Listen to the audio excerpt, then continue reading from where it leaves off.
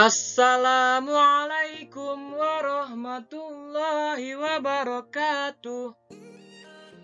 Selamat pagi anak-anak. Apa kabar kalian semua? Semoga masih dalam keadaan sehat walafiat.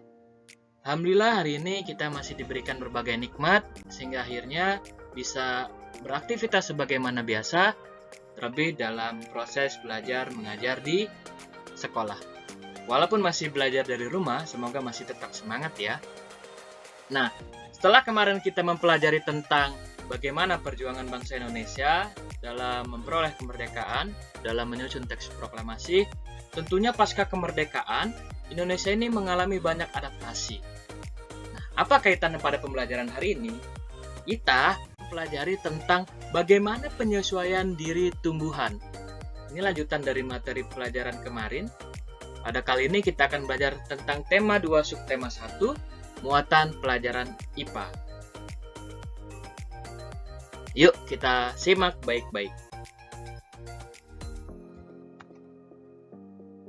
Yang pertama, kita akan membahas tentang penyesuaian diri terhadap lingkungan.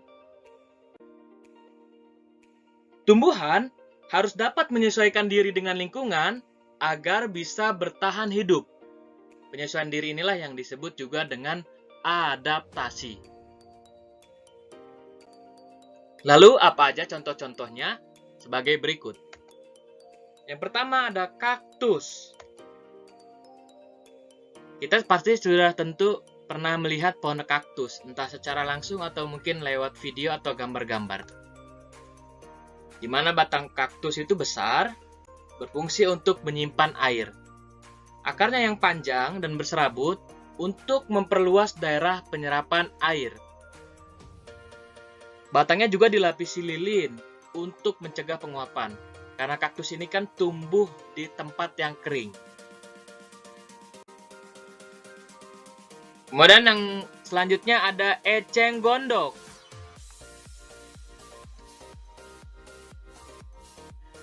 Batang dan pangkal daun eceng gondok ini berongga untuk memudahkan mengapung di air.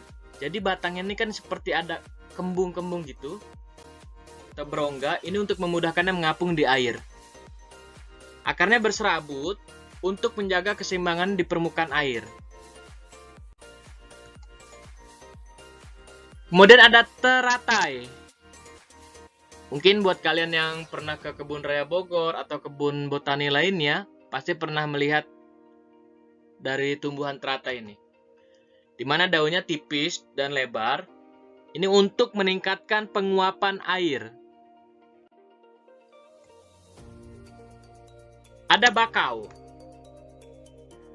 Memiliki akar tunjang untuk menjaga batang agar tidak roboh saat terhempas ombak. Jadi kalau orang-orang yang tinggal di pesisir pantai atau kita lihat di sekeliling pesisir pantai, itu biasanya mereka melakukan budidaya atau menanam pohon bakau agar ketika ombak besar datang, ini bisa dihadang oleh pohon bakau. Ada juga kantung semar. Daunnya termodifikasi membentuk kantung yang dimana di dalamnya menghasilkan nektar sehingga akhirnya memicu datangnya serangga. Ada Venus flytrap. Daunnya berbentuk seperti 2 tangkup dan memiliki rambut sensor. Jadi ketika serangga datang ini, sensor di rambutnya inilah yang akhirnya menangkap sinyal-sinyal tersebut. Dan terakhir ada pohon jati. Kita pernah melihat pohon jati atau pohon jati ini banyak digunakan dalam perabotan-perabotan rumah tangga seperti lemari, meja, dan sebagainya. Nah, pohon jati ini menggugurkan daunnya saat musim kemarau untuk mengurangi penguapan. Nah, itulah bentuk penyesuaian diri tumbuhan dengan lingkungannya. Kemudian yang selanjutnya, penyesuaian diri tumbuhan dalam melindungi diri.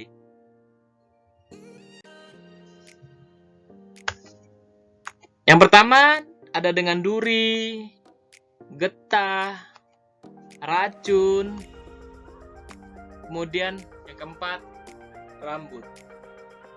Mari simak penjelasan berikut agar lebih jelas kembali.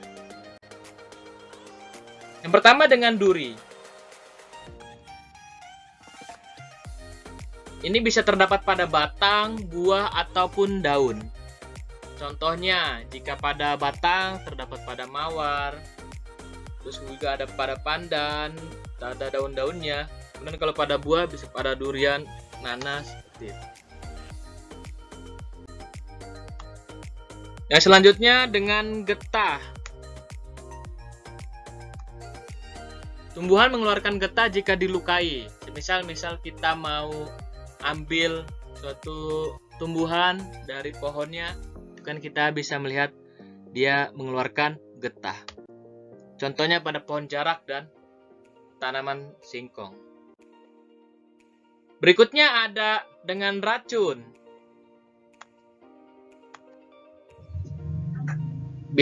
Biasanya bisa terdapat pada bagian batang, daun, atau buahnya. Contoh kecubung dan jarak.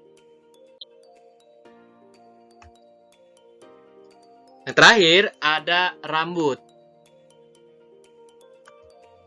Rambut ini juga disebut dengan namanya lugut. Contohnya pada daun jati dan tunas bambu. Itu dia penyesuaian diri tumbuhan dalam melindungi dirinya.